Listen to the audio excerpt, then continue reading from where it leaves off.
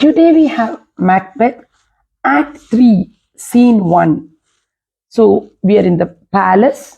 We know that Macbeth has become the king. Now, here we have Banquo. Banquo, thou hast it now, King Cawdor, Glamis, all as the weird women promised, and I fear thou playedst most foully for it. So now Banquo is talking to himself and he has an inkling of what could have happened. And he says, my dear friend, Macbeth, you have it all. Just like the weird sisters promised. You have become Glamis, you have become Cawdor, and now you are the king. But I feel that you played foully for it. We now see the deterioration, the curve that is going downward in this play. Shakespeare is showing us Eliot's wasteland, I would say, a dystopian future for Scotland. And Banquo, when he says this, he is now thinking back on what the witches have said. The word weird, it is the weird sisters are the three fates of Greek mythology. We know that Hecate has her three witches, the three fateful women, the women who prophesy fate. And they are the word weird actually comes from the fact that these three women or witches were supposed to be spinning yarn. They would be sitting and spinning yarn and they would be making these prophecies. And yet it is said, it should not stand in thy posterity. And yet the witches said something else, that what you have now attained, it is not for your posterity. It is promised to my sons. But that myself should be the root and father of many kings.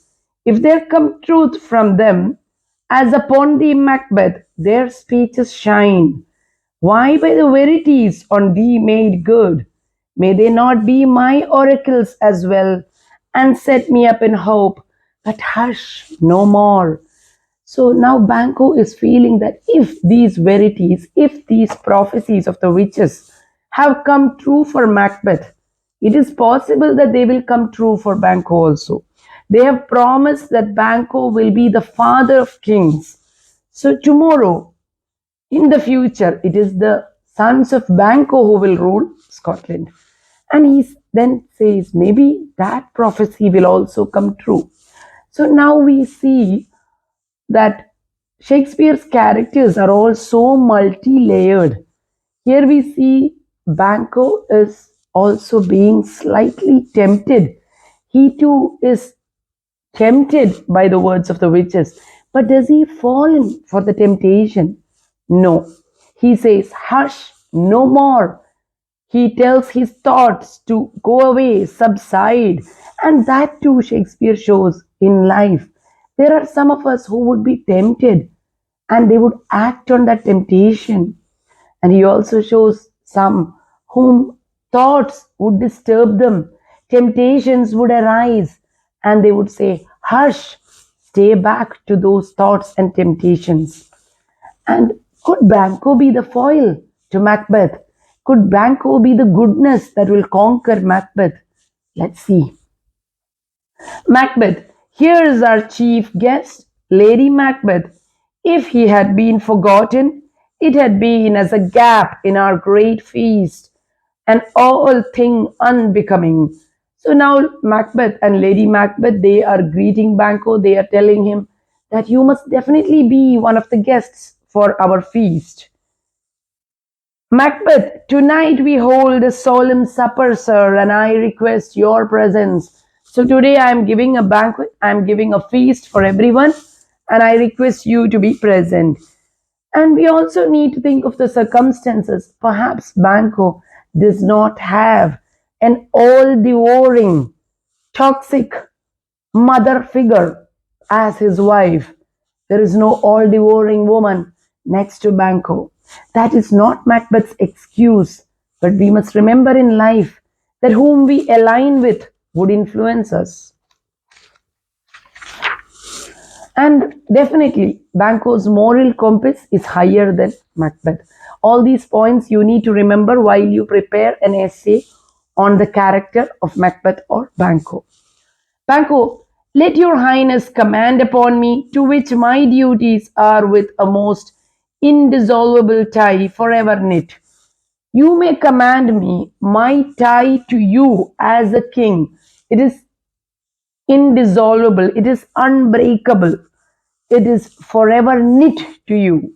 My loyalty is, to be, it is so strong.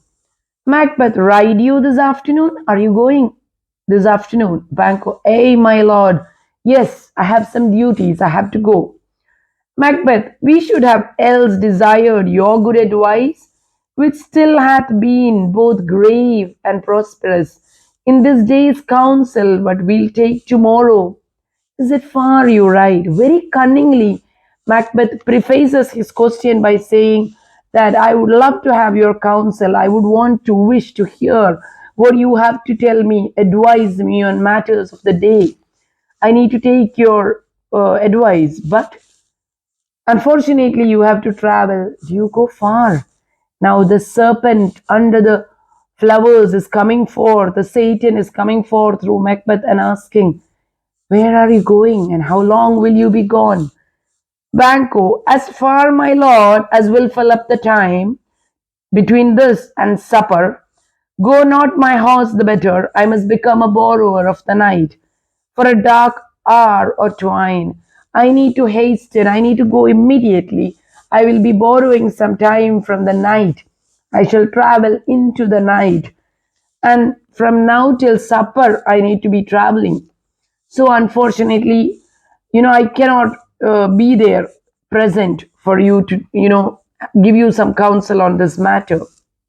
Macbeth, fail not our feast, but you must be back for our dinner. Banquo, my lord, I will not. Macbeth, we here our bloody cousins are bestowed in England and Ireland, not confessing their cruel barricade. So now Macbeth is putting the blame solidly on the two bloody cousins. That is the sons of Duncan, Donalbain, and uh, we have the two sons who have one has gone to Ireland, one has gone to England. And they are not confessing their barricade, they are not confessing the murder of their father. They are filling their hearers with strange invention. They are telling people all sorts of stories, trying to show that they are innocent. But of that tomorrow, when wherewithal we shall have cause of state craving us jointly. So we need to take care of all those matters. They have not been brought to justice. Hey, you to horse adieu, till you return at night. So goodbye, farewell, my friend. Quickly go and come back by the time it's for dinner. Does Fleance with you? Now Macbeth again cunningly asks, does Fleance go with you? Fleance is Banquo's son.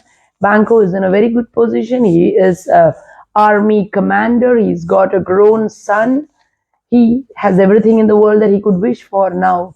But at this question, something trembles in him. Something shakes within him. Banquo, ay, my good lord, our time is call upon it. Yes, my good lord, Fleance is travelling with me. Macbeth, I wish your horses swift and sure of foot, and so I do command you to their backs. Bid you farewell, good luck. Exit Banquo. Let every man be master of time till 7 at night to make society.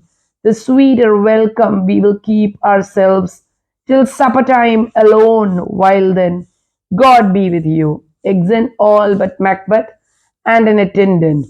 Sir, a word with you. Attend those men, our pleasure. So here we see the beginning of the journey of alienation, of isolation. Macbeth is telling everyone to disperse. None of you need be here. And this is the reason he says, to make the welcome sweeter, for me to enjoy the people around me, all my courtiers, all my loyal men and women. Let me now be alone. You know how we would say, let me not eat anything till lunch so that I can be hungry for that meal. I need to make the presence of these people even more dearer, even more welcome to my heart. So that is the words. The sweeter the welcome, we will keep ourselves till supper time alone. So he is now craving isolation and alienation. He has distanced himself from his fellow men, like a Voldemort in Harry Potter, who would create these Horcruxes. Macbeth too has torn his soul and is shredding his very being. And such an action, the action of a murderer, the action of one who commits a crime, he will become alienated for society. He does not have a place any longer in where mankind sits. So now the attendant says, they are my lord, without the palace gate. Everybody has come in. Bring them, says Macbeth. To be thus is nothing.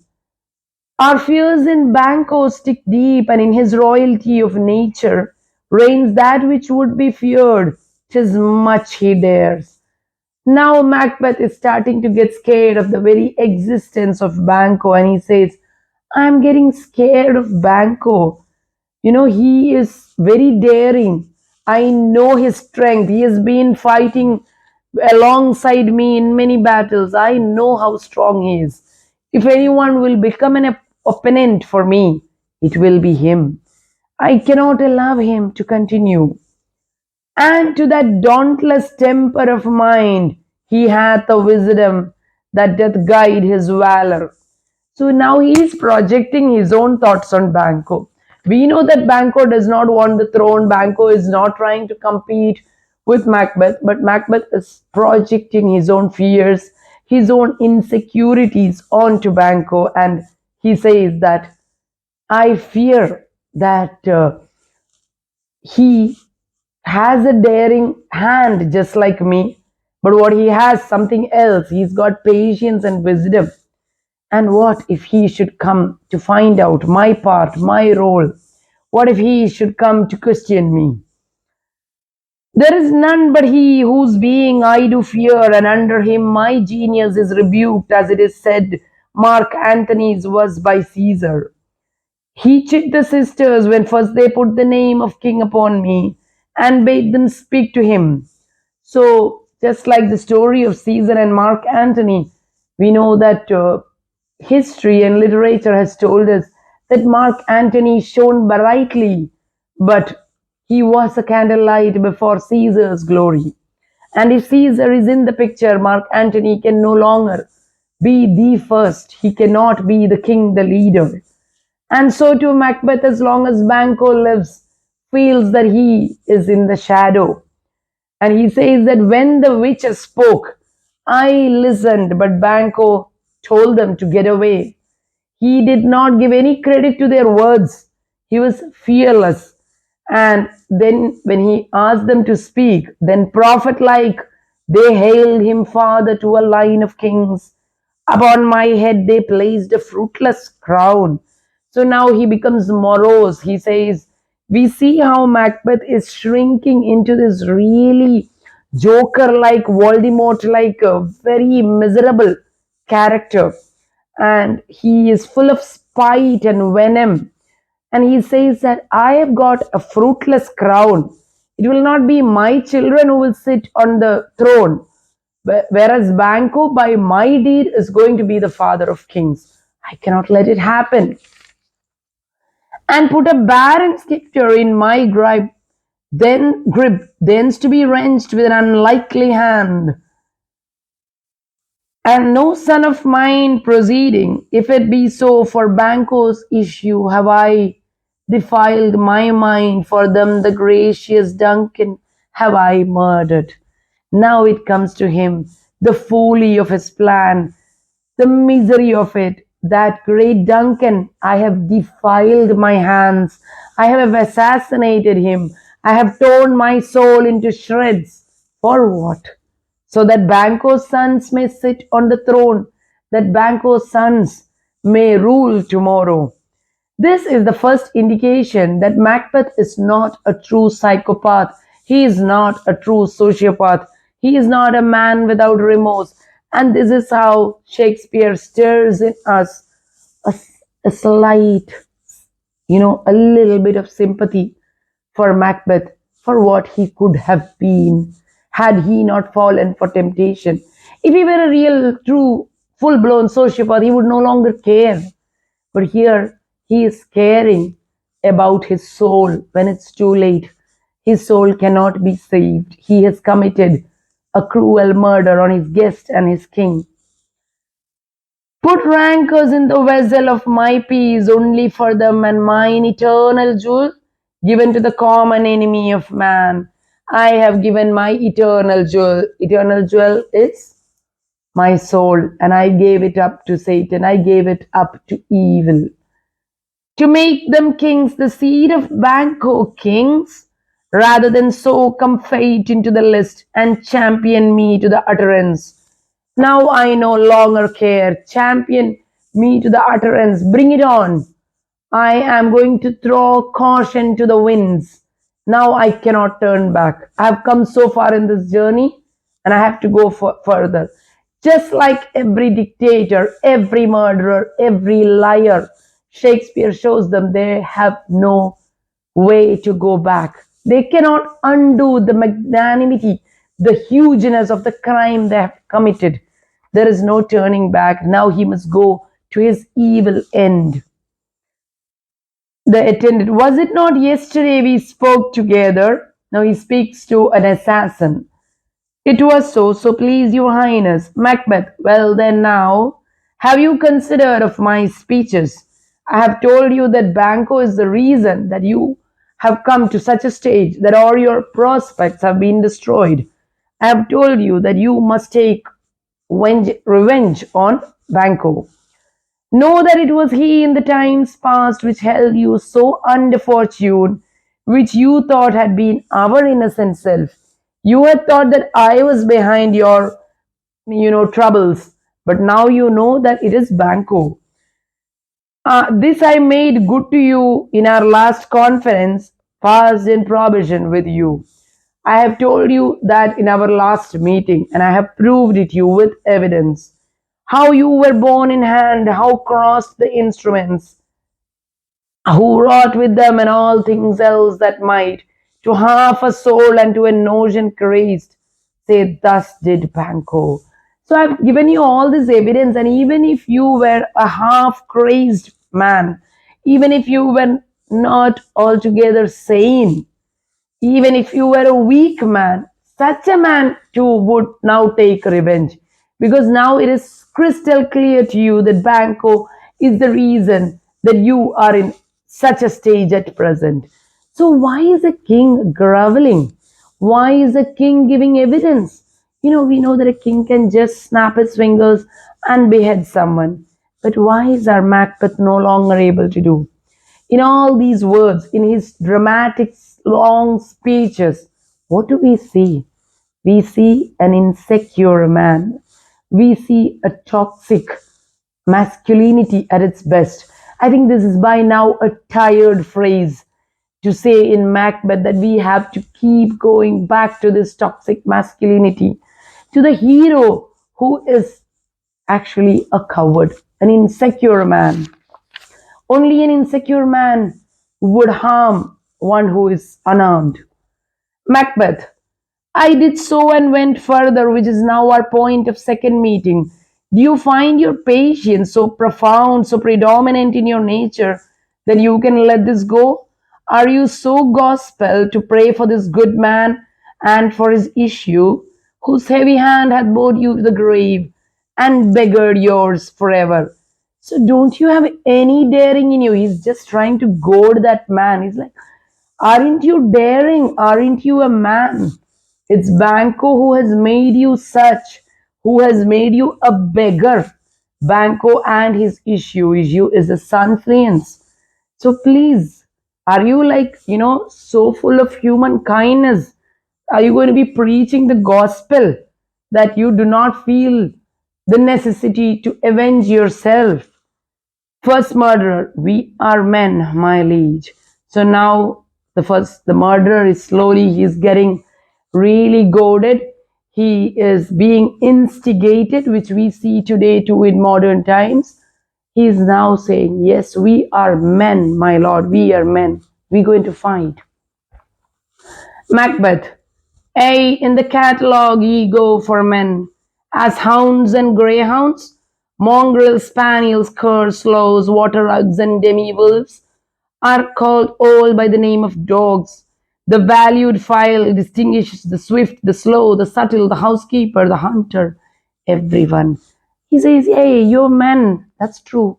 But all the dogs, all kind of dogs, the mongrel, the stray dog, the wolf, the greyhound, the dog that is guarding the wolf, the wild dog, they're all called dogs, but they're not all the same.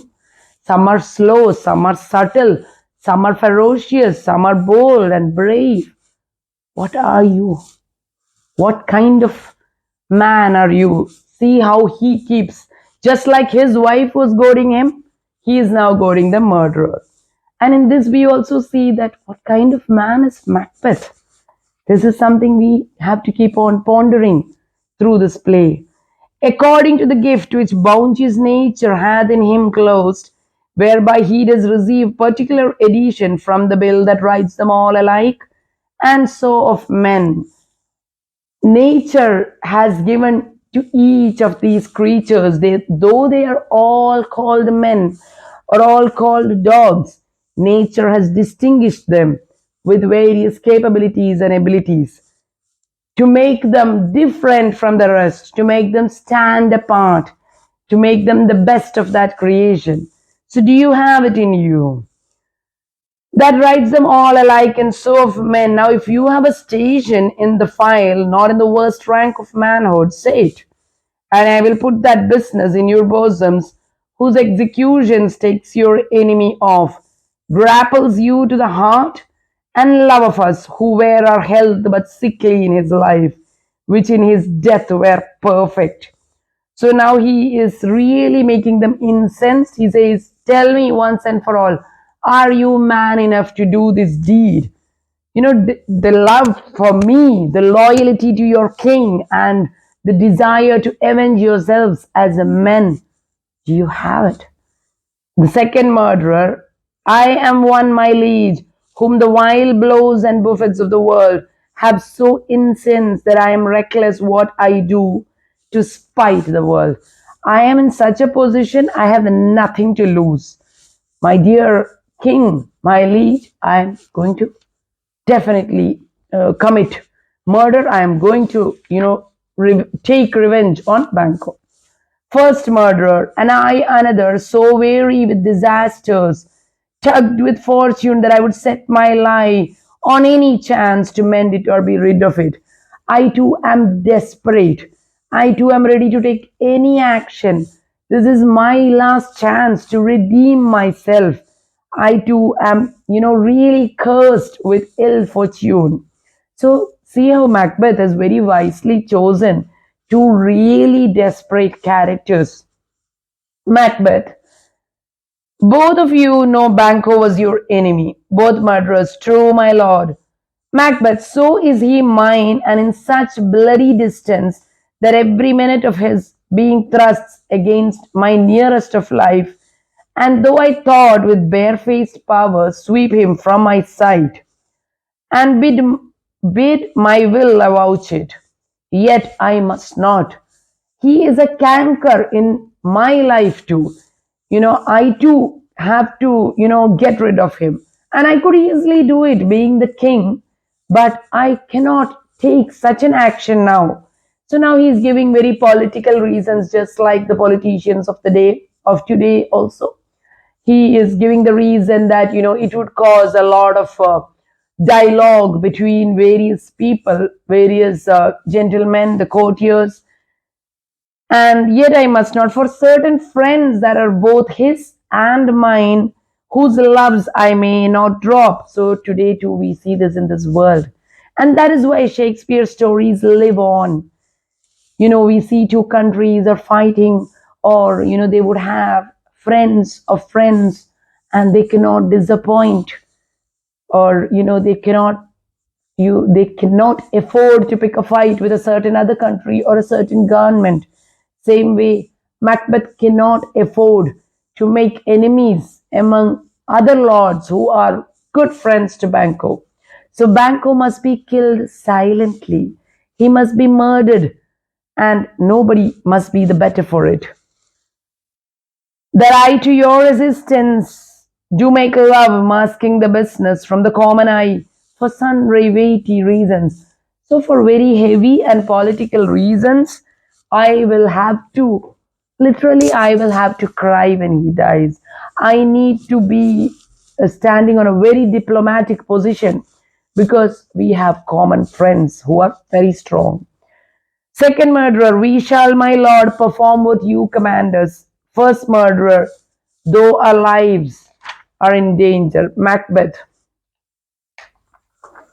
your spirits shine through you. Within this hour at most, I will advise you where to plant yourselves. Now, once he goaded them, once he instigated them, look at what he's going. The next phase is flattery. He says, oh, your spirits are shining through you. It's luminously shining through you. And I will now tell you where and when you can find him. Acquaint you with a perfect spy of time. I will be a spy of time. The moment for it, it must be done tonight. And something from the palace always thought that I require a clearness. And with him to leave no rubs nor blotches in the work. There should be no defects, no flaws in this work. That means you cannot leave him injured to tell his tale. He has to be finished. He should not live. It has to be done so masterfully, even his son Fleance also has to be killed. There should be no witness, nothing. The story should end there. And Fleance, his son that keeps him company, whose absence is no less material to me than is his father's, must embrace the fate of that dark hour. Even Fleance has to be killed. Resolve yourselves apart. I'll come to you anon. Now get going. Both murderers, we are resolved, my lord. Macbeth, I'll call upon you straight. Abide within. So it is concluded, Banquo, thy soul's flight, if it must find heaven, must find it out tonight. Now Macbeth is saying out aloud to himself, Banquo, your time has come. Tonight your soul will leave your physical body, and if heaven is willed to you, you will find that heaven. Thank you.